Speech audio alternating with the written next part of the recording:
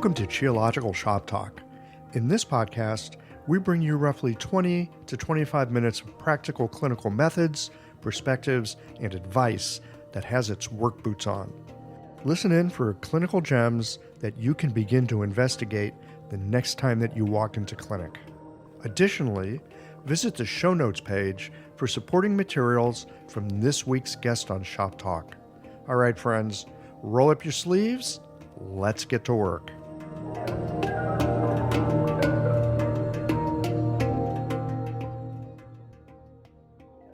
This episode of Shop Talk is brought to you by LASA OMS, your clinic's partner in wellness.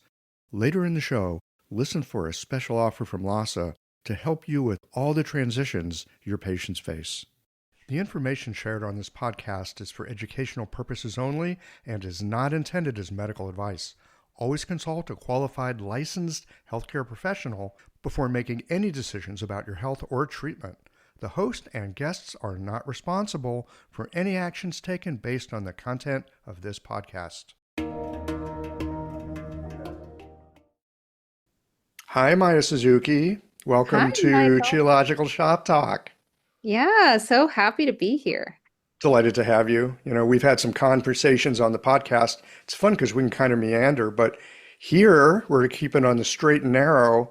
hmm We're going to talk about taking care of kiddos in the cold and flu season. Because Yeah, when you think colds and flus, you think small petri dishes. That would be children.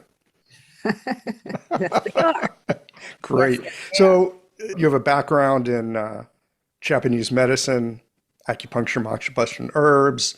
You teach, you got all kinds of stuff. We'll get into some of that at the end, some of the various offerings that you have. But I just want to start very quick. How long have you been treating kids now? I've been treating kids since I started when I was in acupuncture school in Japan. So 2009? How Okay. long is that? Like over, it was like 15, 16 years, something like Yeah. that. Yeah. Yeah. That's great. So colds and flus. We're getting together here in the cold and flu season. Everybody deals with this. Yeah. And what would like to do with you today is get a few ideas on like how to treat kids in particular, because kids are different than adults, right? Kids are very different in adults in that, first of all, the treatment, even with Tylenol, right? Tylenol is really big in the news right now for other reasons, but a kid's Tylenol, this much compared to an adult's Mm. Tylenol. All medications in Western medicine are like that, right? We have to make sure the dosage is correct. And what's really interesting when we start using pediatric tools like Shonishin and Teishins, which is what I use in my treatment in moxibustion, we can see that their treatment times and the dosage is literally sometimes a minute, right? So we really have to reduce the amount that we're treating them, that we're touching them, because they just heal so much faster. It's really quite awe-inspiring how fast they heal. Even something as gentle as a teishin. hmm I would say, like, if I was treating a newborn, let's say a newborn gets a cold, which it happens, it's very sad when it does, but it does, their treatment is going to last maybe a minute. Mm. Maybe. Okay. Yeah. So it's important to titrate it. It's really important to understand exactly what you need to treat and what you need to treat with and how much you need to treat, right? It's Awesome. really understand not only through your palpation, but also, of course, through the symptomology of thinking where exactly is the pathogenic influence, or what we would call jaki in traditional Japanese medicine. Where is the jaki in the body? And where is all of the other elements, cold deficiency, cold heat deficiency and excess, right? And Hmm. how do I then need to address those in relation to what toxins might also be present? And really thinking of that 3D image of the body. And that's the same with an adult or a kid. What's difficult with children is how fast, again, their bodies change. And so we really need to make sure that we're being specific and accurate and we're not doing too much, right? And trying to do everything at once, which I find I myself on accident do quite a bit. It seems to be a predilection here in the West that more is better. You You know, know, a little bit's okay, right? yeah, But more is better. Have you got thoughts on overtreatment? A ton. And I would also add that like that's an issue that my colleagues in Japan in my study group Yashinomichi talk about all the time. Overtreatment is something I think we all struggle with. And understanding when you have overtreated someone as opposed to when you've treated them enough and you're creating what we call a mengen response or a healing phenomenon where the body, as in herbs, you would think that, the body starts to admit what's happening to it. Understanding the differences between those two things are really paramount in treating. And for a child, honestly, for a little baby, it's the easiest way to know when you've overtreated them is they start crying and they get really Mm. pissed off at you. And when they get older, when they become a toddler or even like a 10-month-old and above, they'll actually take your hand and just push it away. They will So actually tell you. they will tell you. And it's really fun when you use teishin, because shonishin literally means acupuncture for children. A teishin is a type of tool that you would use. So they kind of are interchangeable as words. But when you use that treatment on animals, like I treat wild Mustangs with teishins quite a bit, and the Mustangs will do the same thing. They'll actually take their head and be like, stop that. That's enough. You've done too much. And so they're really great teachers to tell you of like, even though you can't feel this, that's enough for me. Please stop. Hmm. Yeah, it's pretty cool. That's a really handy thing about treating kids. They'll actually tell you. I hadn't thought about that. Adults are usually too polite. I think they're too polite, and there are adults who are very connected with their bodies and can feel that energy moving, what we call hibiki in Japanese medicine. Um, but I would say the majority of us are very disconnected, Mm. and we honestly can't feel when it's too much until it's far too gone, right? So I it's, would agree. yeah. I mean, children are amazing teachers. They're Yeah, amazing teachers. cool.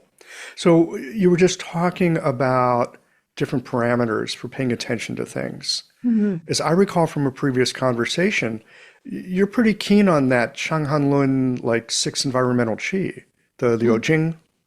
You even use it for your acupuncture. Well, in the style of acupuncture that I practice, I can't lay claim to this as my idea, but the style of acupuncture I practice, Iyashinomichi, actually utilizes the Shang Han Lun to help direct our acupuncture and moxibustion. Hmm. And that's true of our shonishin treatment, right? Using teishins and all of that to treat children.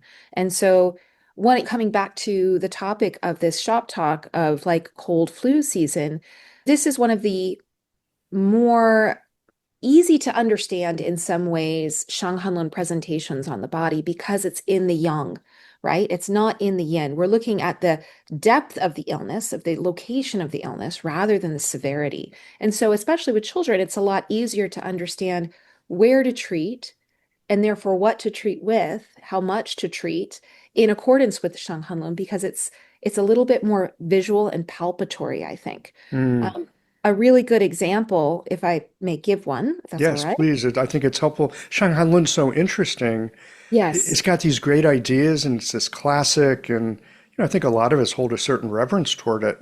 But what really happens is where the rubber meets the road, so to speak. Like how do we take that and use it? So yes, I would love to hear your clinical experience with taking these ideas and show us what it looks like when you take it for a walk around the park. Yeah. Well, and again, I always want to state that I am not a Shang Han Lun master. So like I'm just going to put that on the record here, Yeah, but but you're a no. practitioner. Yeah. But you're And but you're a practitioner, and that's you don't need to be a master to help people. You just have to have a little experience. I think that's if anybody who's watching this can take away anything what you just said, Michael, is probably the most important thing from this whole talk, right? Like, but saying that, I have a YouTube video coming out on actually how to treat colds with teishin and moxa treatment coming out tomorrow morning on my YouTube channel. But just to kind of run through with it, my daughter last week got the cold that's going around here in Colorado. I've already seen probably 15 plus cases of this where they're really tired, they get a sore throat, Mm. a little bit of a stuffy nose, and it's not extremely severe unless the adults get it. The adults seem to be getting taken out by this cold, but the kids not as much. And so I brought my daughter in and treated her and diagnosed it really simply as Gigentong, right? A very simple, basic treatment. She was Hmm. past Glacier tongue, she was into Gigentong. And so what that means for me from a palpatory sense, right? Because I always like to bring this back to how does this feel on the body? How does this appear? How does this look? Oh, right? How Rather does than, Guggentung feel on the body? yes, rather than just like, how do the symptoms read out in the book, Mm, right? And so if we think about it, right, Guizhi is the beginning and the end, really, of the Shang Han Lun. And then we have Gagun. It's a little bit farther receded, what we call the Jaki or the pathogenic Qi has receded farther in. And then Ma Huang would be a little bit lower. And then interesting with Gigan and Ma Huang, right, we need to cause that sweat to happen. And so the skin should feel smooth, right? The mm. closed pores are going to be tightly closed, maybe not as much as Ma Huang, right? And our real goal here is to allow the body to sweat. And not like Ma Huang Tang, we just need to cause a little bit of dampness, allow the body to release a little bit of sweat so it can force out that jaki, that pathogenic qi, out of the body. And by doing so, we can help the body heal. And with that, we also have to think about where's the jaki present, right? And so for my daughter, she had jockey present in her throat. She had a sore throat, right? She had a Hmm. little bit of a stuffy nose. She had jockey present there. And then the pores on the back of her neck were quite tightly closed. And then in her situation, she had a little bit of cold and deficiency around, gosh, I'd have to look back at the video, but I think it was around due 6, something like that. So one of the hallmarks, right, of whenever we have any type of Guizhi in a formula is we need to be looking for where that deficiency is unrooting the chi and allowing it to fly up. And so there's a little bit of tonification that comes into the play, but only a little, very, very slight. And so a very simple treatment that's going to happen with my daughter's now 12. So her treatment lasted maybe 6 to 8 minutes in total, right? It's a little bit longer when you explain things and all that, but we're going to first disperse the upper back and we're going to allow the body to sweat a little bit. And we can do this with our Taiyang tools with a quick, shallow mini stroke. And that means we're not doing scraping and things like that. So it's definitely not, It's not um, gua sha. it's not gua sha. So anybody who's thinking, oh, this is gua sha, that's not what we're trying to attain. What we're trying to do is help the pores to open. And then we can do a little bit of moxa around due 14. And for the little kids, what I like to do is I tell them, okay, let me know when it feels too warm. And then we're going to count to 5 together. And so Oh, that's interesting. yeah. And then I actually just use stick-on moxa. So I use this stuff from Mm. Kobayashi Ryoho, little plug. I love their Yeah, little company. stick-ons. Yeah, and so I do that for the kids because, first of all, it's a little easier for me to control heat with the little ones because they're so much more sensitive to heat. Hmm. And in case they move, right? Squirrels are a thing. And in case they all of a sudden are like squirrel, right? Like I can hold on to it and it reduces the risk of them getting burned. So you can put a mox on do 14, and then as soon as she says, oh, oh, it's too warm, we go, okay, let's count to 5 together. And then we count to 5, and that lets it get just a little bit hot. And that's utilizing a moxa to be dispersive, Oh which my is God. something That that is so fabulous. It's a little tricky. Let's count it's a to little tricky. 5 together. It's a little tricky. It's a way of saying this is going to get a little hot and uncomfortable, but I'm here with you and we're doing this and you kind of got their buy-in. That is an exquisite bit of intervention. Well, and I should also say, like, jumping to communication because it's so paramount to have me have consent from all of my parents and from my kids, right? Hmm. But if they know that they're like, it's hot, she knows it's hot, she's got her hand there, she takes it off right when she says it is, she's controlling it. It also builds a lot of trust between you and the client. Very much so. But right in a therapeutic way, right? So we're still getting to our goal because one of the interesting things about doing dispersive moxa is that amount of high heat, it actually causes the pores to open and sweat. Mm. Very uniquely, moxa is so capable of doing this, whereas it's harder, I think, with the tools sometimes to be able to accomplish this, the teishin or even needles. And so doing something as simple as that, trying to remove a little bit of the jaki with your teishin tools, doing a dispersive technique on the throat makes the pain go away pretty much on the table. And you need to check in with your client as you're doing that. How's the pain now? How's the pain now? So Right? you're actually doing that on the throat where they're uncomfortable. This Yeah, and very gentle sort of it It can be, I have my tools right here just because Yeah. we're on video today.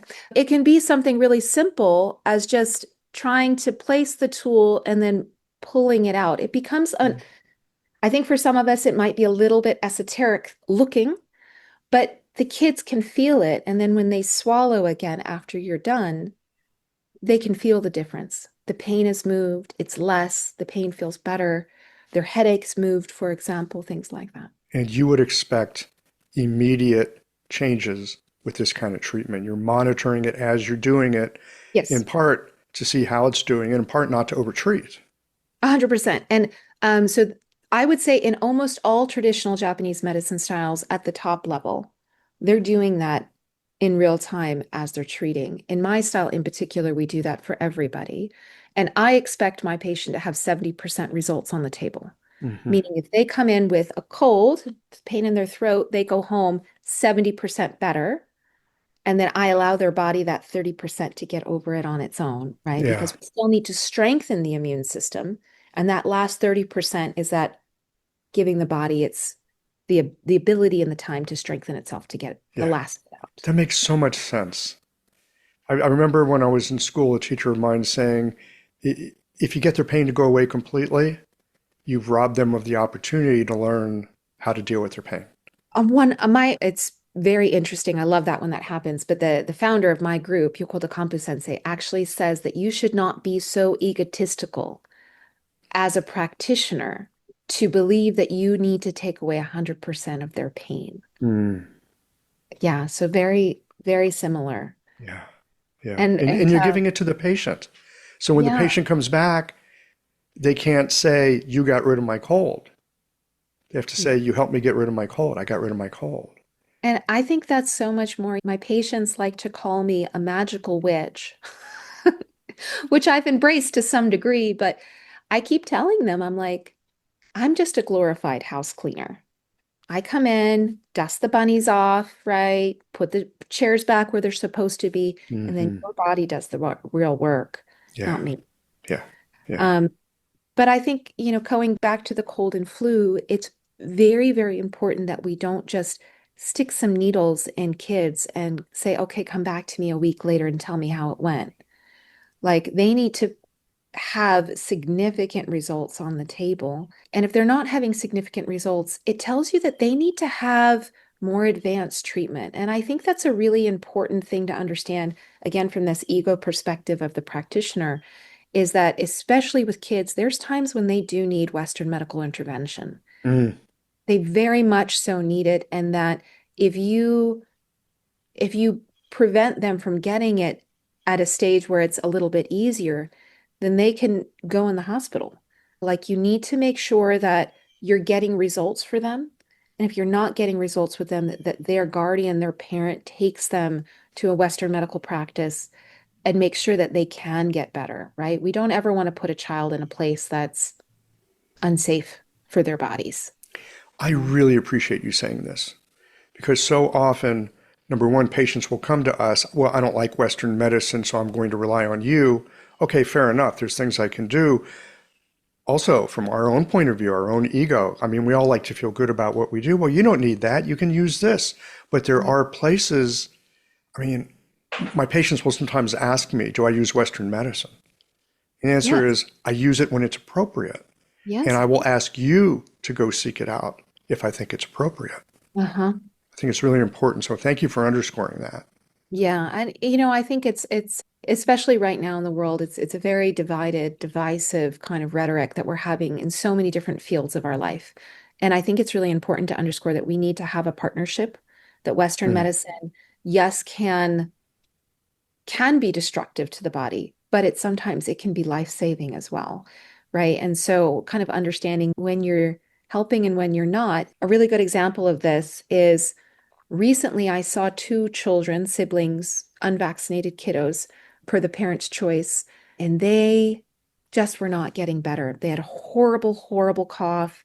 It would wake them up in the middle of the night, make them throw up, so they weren't sleeping, they weren't able to eat. And no matter what I did, and very solidly to put it back into that lens of the Shang Han Lun, you could see that we were starting to pivot from the Yang Ming into something more severe. Hmm. right? The disease had progressed a little bit from the Shao, we were in the Shaoyang, and then at night it would pivot, and then we would get and start seeing a lot more yin symptoms after 2 or 3 weeks of treatment. And I was getting really worried, and I kept telling the mom, who is very leery of Western medicine, of saying like, hey, I really do think, like, have you seen your doctor? Have they been checked out by their doctor? What do you think? And then finally, after a few treatments, she finally took them into the emergency room and found out that the two kiddos had contracted whooping cough, and they hadn't been vaccinated for it. They needed to get on a very long course of antibiotics. The whole family did. And it's just one of those situations where I was making progress as a practitioner.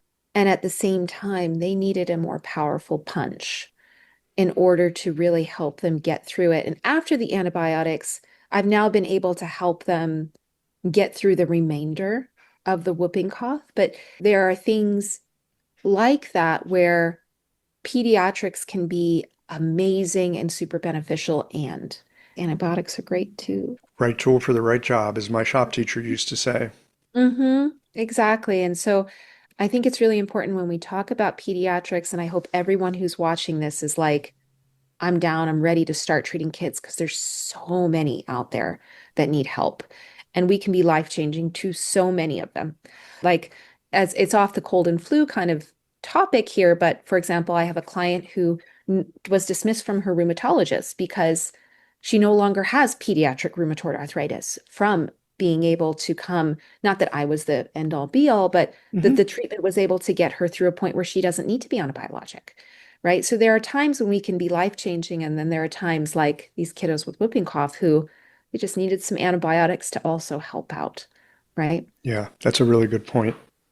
Yeah. That's a really good point. What about regular kinds of coughs? Kids get coughs all the time. Yeah, I mean, and I think it's really important, again, going back to that Shang Han Lun, of understanding where that Jackie has invaded into the body, where the pathogenic or the xie, right, has invaded into the body, and then being able to treat accordingly. And so what I like to tell my students in Shink University where I teach is that you need to understand through your palpation where the elements are lying in the body. Again, the Jackie, cold, heat, deficiency, and excess. It's really simple, just those five. Wow, that's amazing. Yeah, There's if we just can. there's not a ton of that's like look at these five. There are five like lenses. Like check this, check this, check this, check that. It Yeah. probably doesn't take you that long, does it? I mean, honestly, my palpation diagnosis for a child takes me under a minute. What do you do? What are you doing when you're doing this? I Um, mean, this might be a question for a much longer yeah, but video, but could you just give us a well, in short, what quick I'm run doing through? is summarizing a HARA diagnosis. That's the very, very short version. And if you haven't learned about HARA diagnosis or abdominal palpation, I highly recommend, if you're watching this, look it up. There are several different kinds. But really, what we're doing when we're doing a hard diagnosis on a child is we're trying to see where those factors of the body lie. And if we were to add in a sixth, it would be toxins, right? Toxins, if they're not active in the body, if they're not woken up, if they're dormant, right, it's harder to feel them. So an example of that would be a tumor that's encased, right? That's not doing anything to the body. And people are like, I've had this tumor in my lung. It's not hurting me. It's been sitting there for 50 years. And so those kinds of things we can't feel, which is why we usually just say these five. And really, for a child, we're just palpating the chest and the abdomen, and then understanding in relation to that where the jockey is present. Let's say they have a cough, like you were saying. And so Hmm. understanding where the cough is in their throat, and then based on that symptomology, that placement of those five factors, going, okay, which of these meridians are flowing through this area and are giving me a route to hijack where that pathogenic chi has influenced the body and allow me to change and give that jockey a route to get out, right? Because Hmm. that's we're trying to exit that from the system. And that's essentially what Mahuangtang does, right? It opens the pores, it allows the body to sweat, and through that sweat, we're releasing that pathogenic chi, right? And so doing that same thing of like, okay, which meridian is going to give me that hijacked route? And then along the meridian, we're looking for what we call a live or an active point in traditional Japanese medicine. So a point that is reactive to your palpation, whether dispersive or deficient, or excess or deficient, I should say, and then applying the correct technique on top of that, right? So our palpation finds those five things, and then our theory says, okay, these meridians are going to flow through. So then we palpate those meridians. And then we say, okay, our palpation is going to say, in particular, the lung meridian in this area between, I don't know, let's say lung 2 and lung 3, for example, right? Because there's no decided place you have to treat ever. And then we're going to apply the correct technique. And then we get our results, right? So if you can understand what you're looking for, have that correct palpation, follow it with good technique, you're more than likely going to get the right results. Does that make sense? Yes, it does. I mean, that's East Asian medicine in a nutshell. Yeah. So there you go. Yeah. For coughs, are you seeing these? Is this a taiyang issue? Is this a shaoyang issue? Yes. Thank Like, you. what do you tend to see in terms of the Thank you OT? for that redirect. I went on a tangent. Thank you for the redirect. I would say most of the time for coughs, we're really looking at more of a taiyang issue, right? And if we look at the Shang Han Lun, almost half the book, right, is dedicated to the taiyang. It's huge. It's It's huge. yeah. It's massive. And so most of the time, coughs are going to be taiyang. There's times when a cough becomes a shaoyang issue, of course, right? When it goes deeper into the body. But usually we're just looking at the taiyang. And so for that, it means some dispersion along the taiyang area. Think the upper back kind of neck area, neck head. In my medicine, my style, I should say, we often talk about taiyang being the surface layers of the body, right? Hmm.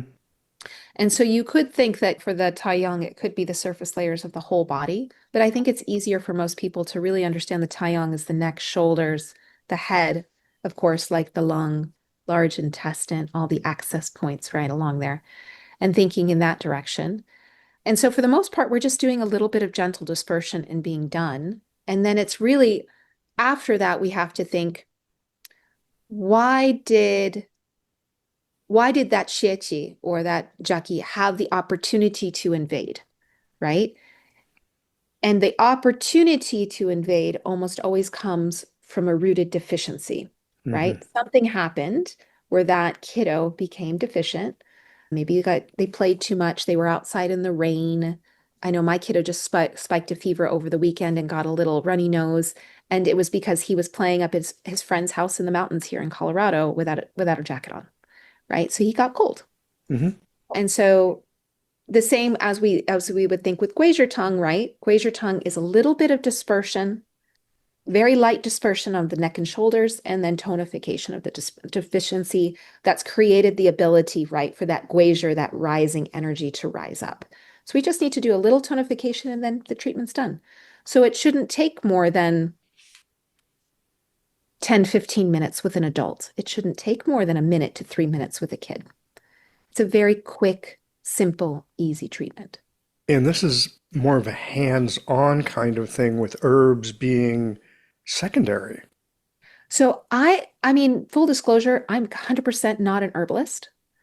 I mean, 100%. There are herbalists out there who know herbs way better than I Mhm. do. But you do Um, use them. I mean, I use in this them, conversation, it's yeah, clear that you have, shall we say, you're on a first name basis with a few formulas. a few, not all, not all, but I would say a particular trademark, I guess, of the style that I practice Iyashinomichi is that we utilize the Shang Han Lun in order to give us a 3D image of what's happening in the body Hmm. so we can be more accurate. And so not only are we able to, what I think that I love about herbs the most is not the dispensing. Dispensing of the herbs I actually find quite boring because you just give them to them. There's nothing you actually do. You don't do anything. It's so boring. So I want to do something, anyway. So what I like about the Glacier tongue is it gives Michael, you and I a way to understand. If I tell you they had a Glacier tongue presentation, automatically, Michael, you're like, got it. I understand exactly what's happening in Right. the body, right? So Yes. Because I it's a, too am on a first name basis yeah, with Guajartong, yeah. right? We hang out together. I know it. I know its habits. I know what it likes. I know what it's good at. Yeah, it's a really good way of saying this person is in this pot. This person's in the Guizhou pot, and this Yes. person's in the Sinitang pot, and this person's in the Mahuang pot. Like we can, if we say the formula, which is, I think, really hallmark of Kampo in general, Japanese herbs, Hmm. it gives us a really good common understanding of what we're talking about. And then over and above that, if we can mimic the herbs with our tools, then we Mm. have a really good understanding of what we're supposed to be accomplishing, right? What needs to happen with Guizhou? We need to disperse the upper jiao a little bit, and we need to tonify a little bit, and then we need to be done. Because in accordance to the order of which we should treat, this should be outer to inner, right? Hmm. Or acute first, right? We need to treat the outer symptoms first. So even if they have a knee injury and they're coming in because they're 12 and have a knee injury, if they come in with a cough, I have to say, I'm really sorry. We have to take care of that cough. We can't do anything else today but the cough. Otherwise, I'm distracting your immune system from treating what it needs to treat, Mhm. you know? So in Such a good principle, point. yeah, in principle with the Shang Han Lun, and there's a lot of times when the Shang Han Lun talks about like, hey, don't get distracted, right? Make sure you give the right formula for the right situation. And I think it's the same. Yeah. So yeah, to come back, the Shang Han Lun for me, as I continue to learn it through my practice and continue to come back always to Guizhou, I understand, oh, that's what I was supposed to be achieving, and that's Hmm. where I went wrong, and this is how I can understand it. And so Shang Han Lun is a really good way to get that 3D image. And then over and above that, we can use our meridian therapy, our point location theory. We can definitely go into other Japanese classics or the Su Wen, the Ling Shu, and we can build upon it. It's a good place to start, though. I love what you say about we learn it through our practice. Hmm. It's so, because, why do I say that? So many of these books are very scholarly, and you can take a very scholarly bent toward them. And I'm not saying that's wrong, Yeah, but if you're not a scholar, and I'm not, I'm same, a practitioner. same. So, like, how do I have to learn? I have to learn it through the craft that's being talked about Yeah. in that book.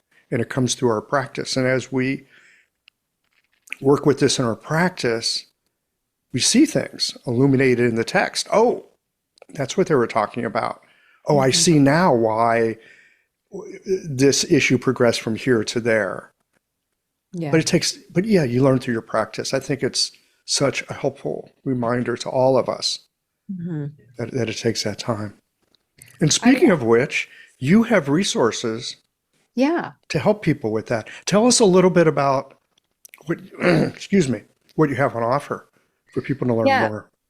Well, when I came back to the US after studying in Japan, I noticed a huge gap in the way everyone else in the world studies. And I had been noticing that through facilitations of study groups and stuff in Japan as well for foreigners, that I have my mentor, my teacher, Yasuda Sensei. I talked to him the other day of like, hey, I keep getting this symptom coming up. What exactly is this? Where am I going wrong? I have someone who I can talk to daily. Most people here, they don't have that. They have a workshop every once in a while. Maybe they have Sometimes they talk to ChatGPT these days. oh Jesus, God. Which is so not a mentor. We need in this country and in around the world, we need people who are practitioners, who have experience, who have their teachers to build upon to give us information. And so I created Shink University to do just that. Shink University is a platform that takes people who have started in TCM and want to transition into traditional Japanese medicine styles and gives them the foundation that was they were never taught in school, the foundation of technique, the foundation of palpation, this foundation of understanding theory in a cohesive way rather than in these separated buckets. Mm. This is my point theory, this is my Zongfu theory, this is no, they're all one and the same. And so Shinkyu is there to give the foundation to people to transition from TCM into traditional Japanese medicine and then use that as a stepping stone to leap into a particular style of Japanese medicine, whether that's Kiko or Toyohari or Yashin-Michi, right? And through that, have consistent lifetime, and when I say that, I'm not joking, lifetime mentorship that they don't have to pay for month by month, year by year. It's a one-time investment that gives them lifetime membership. And I think that's really important in our society too, that we need to, if we truly want to grow our field, which I do, if I truly want to get more pediatric practitioners, which we need, then we need to make sure it's a system that people can sustainably, continually come to and not have to go from teacher to teacher, from study group to study group, from workshop to workshop. So consistency, go deep with something. Yeah. Follow it, follow it, follow it, follow it. That sounds wonderful. I'll put some links on the show notes page for folks. Please do. Maya, I hate to wind it down, but Shop Talk, you got to keep it short. Any final things to say about treating kids before we say goodbye for the day? So when I was in Japan last November with my students, we were learning from one of my teachers that I first learned pediatrics from. And we were also learning from another practitioner who did end-of-life care. And they both said something very similar, that when you're treating kids, when you're treating someone who has cancer, when you have kids with a cancer, which I do treat kids with leukemia, cancer and all that, you still have to remember that there's rainbows outside and there's clouds in the sky. And for example, you see windows over here. I have a little squirrel in my backyard here. We've made a little table for the squirrel, and we're going to make an elf house for the squirrel. The most important things about treating kids, and I would say any human really, but just have fun. Have fun with it, smile, enjoy yourself. And the key that comes from having fun is so much stronger than the key from being serious. Enjoy it, and you'll be better at it. So, yeah, that's it. I think that's sound advice. Yeah. All right. Till next time then. Yeah, it was so lovely talking with you, Michael. I enjoyed it too. Yeah, cool. When you're looking for herbs, tools, and supplies to guide your patients through life's transitions, you need quality you can trust. Lhasa OMS offers an unmatched selection of acupuncture needles for every style, herbs from all your favorite manufacturers, and everything else you need to run your clinic with confidence. Visit LhasaOMS.com to source the herbs and other supplies featured in this series. Use the code FERTILE15 for 15% off your next purchase at LhasaOMS.com. Some exclusions apply. See website for details. That's it for this episode of Shop Talk. Did you learn something that brought a patient to mind? Don't keep a good thing to yourself. Share it with a friend. They'll be happy that you did. And tune in again for our next episode of Shop Talk.